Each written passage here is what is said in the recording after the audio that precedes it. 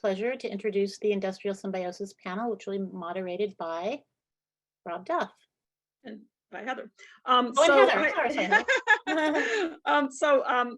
Very excited to have this Industrial Symbiosis panel. That was an awesome panel. This does hark back to Denmark. There is a lot of industrial symbiosis that goes on in Denmark. A lot of legislators went to see those projects, and that led to legislation, which led to directly to the project that Rob Duff, you can go to the next slide, please. Rob Duff is going to be the moderator, and then we have two wonderful speakers talking about brand new projects happening in Washington, Manuel and Michael. Rob, to turn over to you. Okay, thanks, Heather, and thanks to everyone for listening. It's a pleasure to be part of Precycle and Next Cycle as well, which we hope is going to launch very soon. So this just quickly before we get to Manuel and Michael, just a little bit about the law. Heather mentioned that we have a brand new law called Industrial Symbiosis, which basically means one company's waste is another's resource.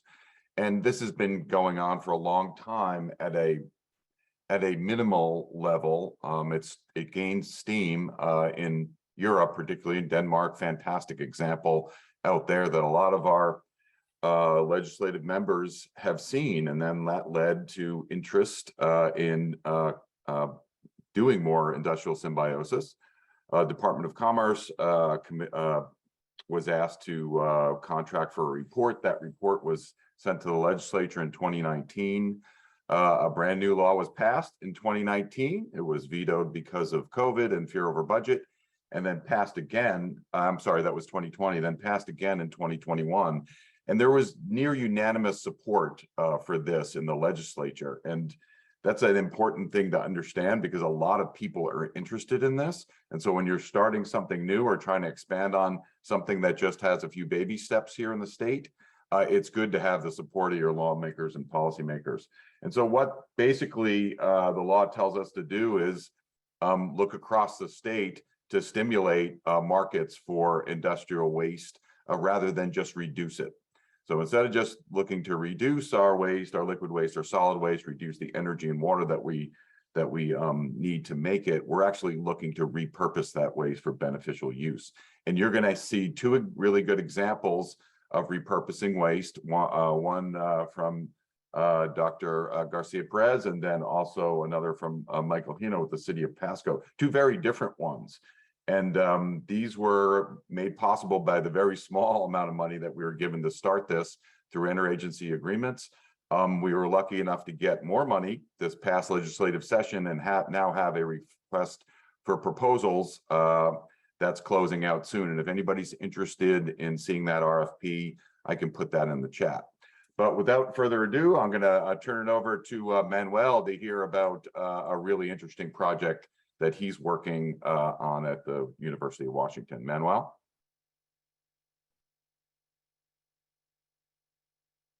Thank you very much for the opportunity to present in this great community. I was enjoying very much the talk before, just because I see not all the solutions are technical, although my area are the technical solutions. So I really feel that we need both worlds. So today I want to talk about a concept that we're working at Washington State University, is in the production of biochar, and why we believe it is a potential carbon pump for Washington State, and why in doing so, we can develop tools to address some of the existing environmental issues along the line of the industrial symbiosis concept. We are a community of success. We have many success to share, but we also have a lot of problems together. Our forests are firing. There's fires happening in the summer. We hope this summer will not be, but we have forest fires very often in the state, particularly in the east side of the Cascade, which is more dry. We have soil quality problems in the state of Washington. Our soil is sandy. So we do a lot of agriculture in Washington State, particularly in the Columbia Basin, with a very poor soil in terms of carbon content. We have a big problem with nutrient management in the dairies of the state of Washington. All the nitrogen and the phosphorus that we produce in the dairies go to the rivers and can produce purification. And we have a very nice solution, which is composting. It has other problems. We are composting certain materials and we get other problems. And the question for us is, how to develop technological solutions that cross around all these problems. So how can we try to develop, and we believe biochar will actually be one of those solutions. So the vision that we have is basically that we're going to produce biochar from our organic waste material, but also, and very importantly, from our forests. Our forests are particular forest thinning that are needed. We need to reduce the density of the forest, so we need to cut those trees. And that material that doesn't have any use, we want to get as much carbon from the forest to the agricultural land. That interface between forest and agriculture is a great opportunity to create jobs and actually solve the problems. Again, the idea here is that we're going to have industries in Washington will produce biochars. It can be acidic, basic, neutral biochar. And there will be other companies that will be basically developing product from that biochar. And again, the products could be to eliminate nutrients from anaerobic digestion systems. The nutrients, the product could be for the Palusa soil. The product could be for our tree production, or for our potato for the soil. So there is a lot of opportunities and a lot of potential products we could develop. Today I'm going to talk about two of them. One that took a lot of time to develop, and you're going to see because it's a nice story about product development, which is trying to develop a product for phosphate removal. Phosphorus is one of the most difficult nutrients to remove from wastewater, but actually is a source of purification. And we want to develop a biochar that removes the phosphorus from our effluent. And also we're going to try to be about at the end of what we're doing to remove odors, to eliminate odors from composting facilities.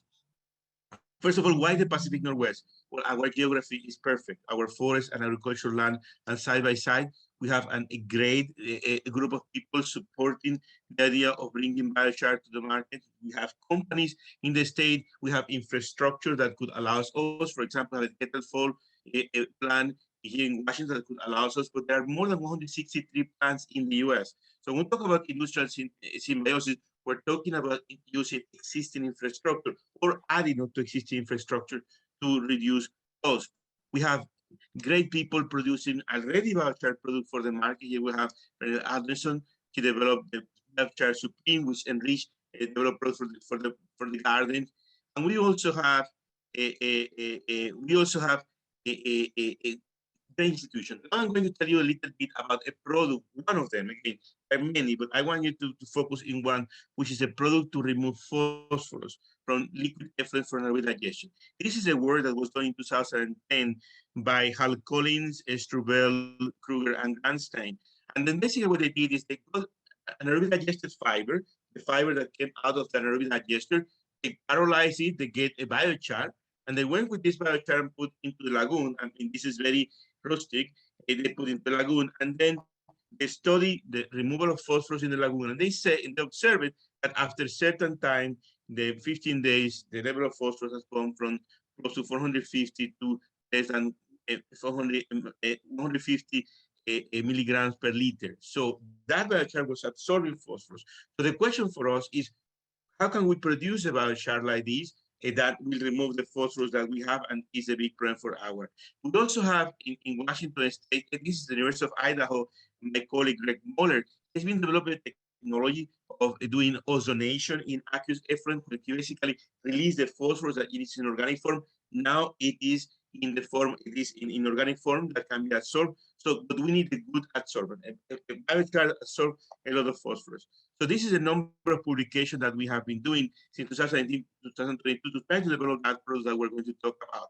First of all, when we did the pyrolysis of our anaerobic digested fiber, we were able to get a product that was able to get only 5 milligrams of phosphorus per gram of biochar added. Well, that was not something because the other materials, when you did with the straw, when you did Douglas fir, we didn't get much out of them.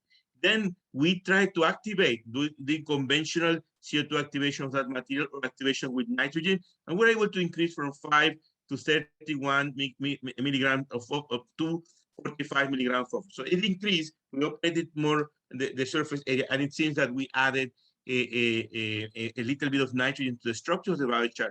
But very interestingly, when we tried to do the doping with nitrogen, in this case was ammonia in vapor phase, knowing in two-step pyrolysis and then the activation, but we did in one step, and our amount of the char was able to absorb, went from 27 to 95 milligram of phosphorus per gram of biochar. So doing this step adsorption, this step doping with nitrogen was not good. If we do it in one, which seems to be better because when the char is forming is where the opportunities the nitrogen has to get into the structure of the char. When we did that with the straw and Douglas fir, nothing happened. So why it didn't happen? Because anaerobic digester has magnesium. And magnesium was very important to do that. So when we added magnesium, boom, immediately materials that didn't absorb phosphorus now start to absorb phosphorus. For example, Douglas fir went from 20 to 150 milligrams of phosphorus per gram of biochar. With the straw also increased dramatically. So the impact, you will say, well, but we know that magnesium alone do the job. Well, with the studies with magnesium alone, it doesn't do the job. If you put cellulose with magnesium, you only get 8 milligrams of phosphate per gram of biochar. If we actually put together, then you can see that it can, if this is a case of cellulose, it can even go levels as high as 335 milligrams phosphorus per gram of biochar. So really, we are looking here at a process where we use a waste. In this case, it's a waste biomass. If we put phosphorus, if we put magnesium, and we put nitrogen in certain ways, we see a very high capacity of absorb. When we look at the surface of the biochar that we produce, we see this phosphorus. This phosphorus is not strobile. It's an amorphous phosphorus. So we don't have crystalline structure. We have an amorphous phosphorus that forms in the surface, which will be more available for plants to grow if later we want to use it for in the field. So we did fundamental studies with molecular modeling, with density functional theory studies to understand why this material has these properties. And what we observed is that the magnesium, in fact, can be in two positions. It can be in the center of the graphene sheet, surrounded by nitrogen, very much in the similar way that chlorophyll is, and it can also be in the edges of the graphene ring. So what happens when the phosphorus in solution goes, get the magnesium in the edges and then deposit them in the center of so more or less what we are presenting here, the phosphate comes to the biochar, get the magnesium, now it's in solution, and then precipitate it, but precipitate on the center of the sheet, and then form this solid. They are not crystals, they are amorphous phosphorus material. That is very interesting. It's a very interesting way to produce amorphous material. So still, we want to go even further. We are using the nitrogen here. It comes from ammonia. We want to introduce the nitrogen into the structure coming from protein, from waste protein, or from waste, in this case, chitosan. And you can see here that we have been able to get material with similar performance. In this case, 150 milligrams of phosphorus per gram of biochar, but not using ammonium vapor phase, but using chitosan in blends with Douglas fir. So still, we want to go even further. We want to go for a natural source of magnesium. We already have some sort of natural sources of calcium, like the eggs of the shell of the eggs, but we want to go even further to develop a product that is complete. I mean, we don't have any chemical into its production. So again, really, this is just wanted to show you how the academia interact with when we're trying to develop some of these products that actually should have very high performance for environmental service. We're also working in the development of biochar for removal H2S. That work was initially done to remove H2S from the biogas from the digestion system. But now we're extending this work to develop a cocktail of biochars that can be added to composting facilities. Here, what we're doing is we're looking at a number of biochars, and in the state right now, we have a big variety of them, and we're looking at the capacity of them to absorb the most critical gases. This is a project that is funded through Commerce, and also Commerce allowing us to do the studies in the composting unit, and also with the Department of Ecology helping us with this project. So the idea here will be to develop a cocktail of biochar. So basically, define which biochar will be best for each of the pollutants that come out of the composting facilities, and we're going to then basically add those biochars to basically we'll create a cocktail that can be used in composting unit. So with this, I want to basically tell you that what we're trying to do here is we're trying to address several important environmental issues at once. One, perhaps the most important we have in our generation, is global warming. We need to get carbon back to the soil. And I see in our forests that are burning, a great opportunity to get those carbons. Our soils need more carbon to get, again, more fertile and to avoid the leaching of this nutrient. But there are other problems, more specific problems, like the nutrient issue in the dairy farms, and also the issue of other composting facilities, which could also find solutions with the use of biochar. With that, I want to thank our funding agencies and Commerce that has been supporting us, and I will be very happy to answer your question. Thanks, Manuel. I think maybe we have time for a quick question, and just for a little clarification, that the second piece of what Manuel was talking about is especially relevant with the passage of House Bill 1799, which is going to greatly expand composting across the state of Washington. So very timely work that Manuel's doing to try to figure out how to deal with odors, because there's nothing that will trip up composting more than odors for the neighbors of the facilities. So any quick questions before we go to Michael? Well, I'll ask a super quick one, and you have to talk really quick because we are a little behind. Do you sprinkle the biochar on top of the compost, or do you use it as a filter? How do you actually address the odor from the compost? Yeah, actually, the studies we're doing right now is on top of the composting unit, and also it depends a lot about how the composting is done. Sometimes you suck the air through the composting, or others you pull the air. So it depends. But the studies in the laboratory we are doing right now, we're pulling air inside the composting facility, so we're adding the biochar on top of it. Yeah, and that's a good question, Heather, because Manuel's right. It's you can actually mix it in, and it actually has a benefit, or you'll need some engineering to capture the emissions and then run it through as a filtration medium. So there's a couple different ways to do this, and that's why we need the research. So thanks very much, Manuel. Great work you're doing, and I'll be talking to you in a couple days about progress there. Let's move over to Michael, who's going to talk about another Symbiosis project that has to do with handling a lot of processed wastewater that the city of Pasco has been doing quite well for the past few years, but he is actually engaged in trying to add a secondary use to all that processed wastewater. Okay, and I'll turn it over to Michael now. Perfect. Well, thank you for having me.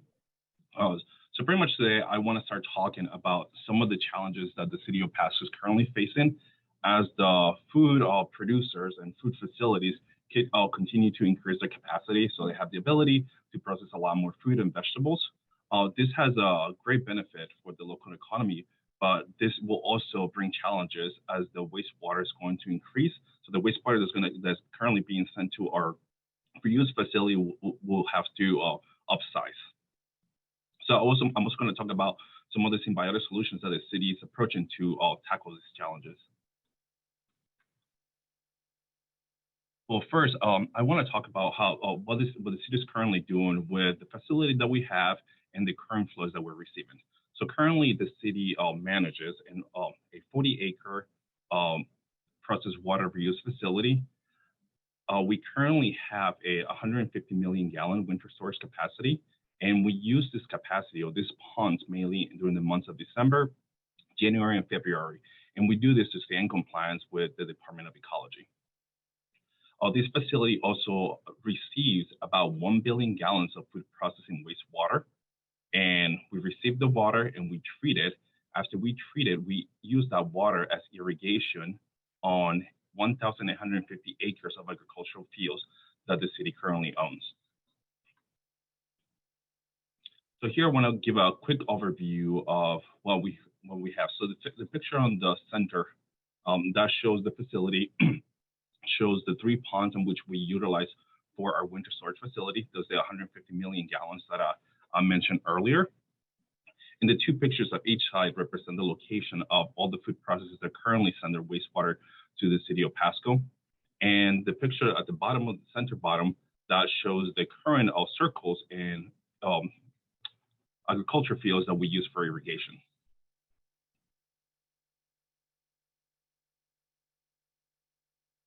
So currently, all the food processors send their wastewater to a reuse facility. All these food processors, as I mentioned before, they process corn, potatoes, onions, blueberries, and there is one food processor that also does cold salads, potato salads. So we're talking about a lot of food process and wastewater that creates through that process. All that water gets sent to a reuse facility where it's partially treated by removing biosolids, and that water is used for irrigation. Currently, the city has a partnership with local farmers that use these fields to grow alfalfa and potatoes. This is a key part of the whole system. By growing alfalfa, we are increasing our ability to remove the nitrogen from that water. So it's part of the whole system.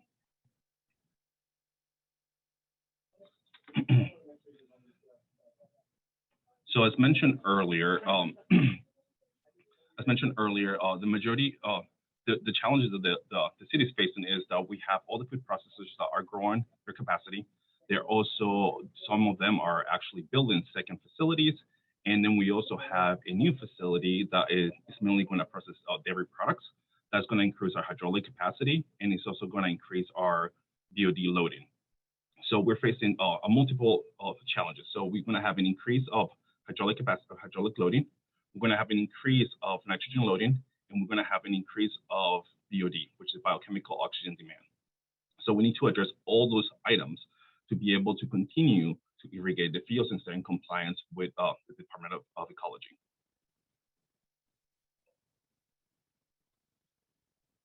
So the city is taking a symbiotic approach to all these challenges. So pretty much what the city is doing, we divided the solutions in 3 different phases.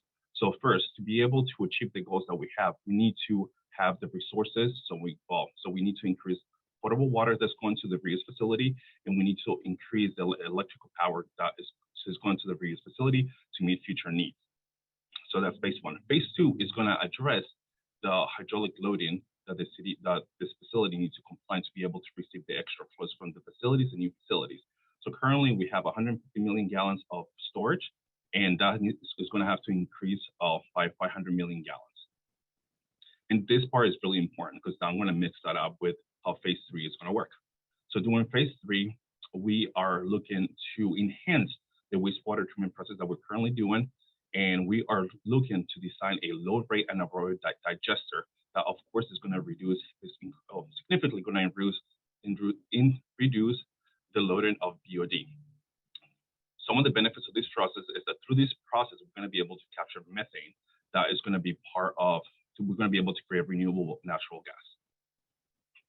The second phase, and the phase 3, is addressing the issue with nitrogen loading, which is the part that I find the most exciting because it's the part that I'm very passionate about. So we're looking at denitrification technologies that use algae to be able to produce nitrogen. So just to have an understanding here, we need to be able to have the algae interact with the wastewater, we need to have some sort of basin. So as mentioned earlier, we're building a winter storage facility. So the idea is to use those storage tanks as the basin for the algae to interact with the wastewater and the algae will utilize the nitrogen to grow and grow more algae. That we're reducing the nitrogen loading that is currently in the wastewater. We also, through this process, we also want to find a balance of reducing the nitrogen. We do not want to get to the point in which we reduce all the nitrogen available in this wastewater, because we still want to continue to leave some of the nitrogen in that wastewater because that's going to be utilized as irrigation water. This has a huge benefit for the farmers because by having nitrogen already built or mixed within the irrigation water, it will reduce the need for these farmers to buy fertilizers. So we want to maintain that balance. So to maintain that balance, we need to really look into the size of the basin in which the algae will interact with the wastewater. We're also looking at the concentration of phosphate and alkalinity, since these 2 components are very important when it comes to nitrification and in denitrification. So through this process, we also want to have a byproduct, and the byproduct is going to be algae. And algae could be used in a number of industries, and it could also be used as a high protein feed for livestock. So through phase 3, we are creating natural gas, and we're also creating algae that could be used for a number of industries, especially the livestock industry.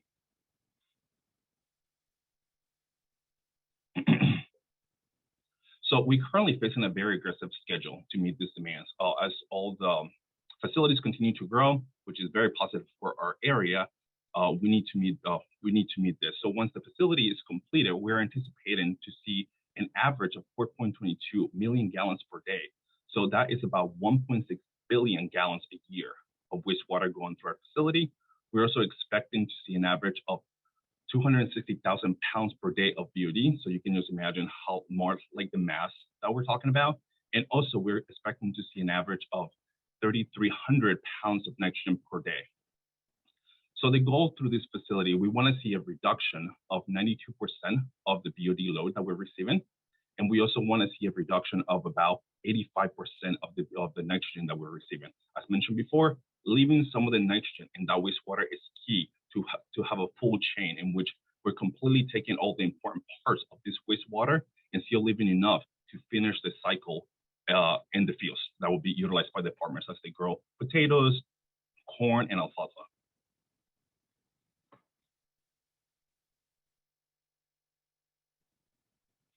So this project will have multiple benefits. So I'll start with how is the environment going to benefit from this? So the environment, of course, is going to benefit through this because we are going to be able to deliver or use irrigation water that is going to be cleaner because it is going to have much lower BOD and lower impurities, but still going to contain that nitrogen, which hopefully will will facilitate the not need for farmers to buy fertilizers. We also, through this process, we're going to be able to create renewable natural gas. And by having the LRAS system will help us in the future to expand to other facilities that need to, that will be rich in BOD to create more natural gas. And in this case, one of the possibilities could be to use food waste reduction in landfills. The farmers, how are the farmers going to benefit? As mentioned earlier, they're going to have irrigation water. They're going to have nitrogen in that irrigation water, so they can continue to grow high quality crops. The food processors will benefit because now they'll have a facility, one single facility that'll be working for all the processors as they continue to grow. So they have a place to send their wastewater, where the wastewater is going to be treated, and they can continue to grow as we continue to grow to meet the demand. And of course, the city of Pasco and the state of Washington will be a great beneficiaries of this process. We're going to be able to recycle millions of gallons of water that will be able to go back to the hydraulic groundwater system. Also, the economic impact that this area is going to see will be tremendous because we have industries that continue to grow and will be able to recycle all the wastewater that they're producing. In this project and the upgrades that we're seeing are going to act as a catalyst for economic growth in this area. Now, if anybody has any questions, I'll be happy to answer them. Rob, would you like me to kick off with the first question? Yes, I was on mute. Okay. Thanks, Yeah, no Michael. worries. That was excellent. Really excited what's going on there. Advanced symbiosis at a very large scale. Anybody have any questions for Michael or Manuel? So I have a question for Michael. So this is very cool, and I'm really hoping it will work because I think this is the way of the future to really deal with some of this process and sewage waste. So the thing about, so you said that algae is going to be a byproduct you're going to have to be able to sell or give away. What are you going to do about the kind of ick factor that people might have of where it's coming from? Or like what kind of uses do you think the algae could be used for where it would not be, like, for example, food grade? Yes, so currently it's a growing industry. We have been able to interact with multiple companies that are finding uses for algae. And right now, the main one, of course, is a high protein feed for livestock, but it could also be a form to be utilized. As earlier, we heard a company that uses algae as part of the formula to create pet food. There's also pharmacies and pharmaceutical solutions that are looking into algae. So it would be a cultural growth. And then, we're excited to see how that will work in the future. So we're at the beginning. So we understand there'll be challenges, but we're excited to face them. And Heather, I see one question there about bioplastics, and that is a potential source. And so are biofuels. There's really a lot of work going on using algae really as a secondary beneficial use. And Michael's project is looking clearly at agriculture, because there's a lot of agriculture that can be an end user if they can pull this off. So I don't know if you have anything to add about bioplastics. There's just so much going on with algae. Yeah, again, we're looking at any uses that we can, and we'll be in a way new to the system to start creating algae. But the idea is to, I know there's different farms that are looking to create algae, but they have their own system. But now we have the main source, so we have the main food that algae needs to grow, which is for us right now is waste, and is the perfect solution. So hopefully in the future, whether it's 5, 10, 15 years from now, we'll be able to have a conversation again, and I can talk about all the different companies that are using the algae that we're growing. Well, Excellent. thank you all. Thank you, Rob. Thank you, Michael, Manuel. That was awesome. You can see, again, Washington's going to be a leader in these, we're seeing someone's cool image, a leader in the state in the US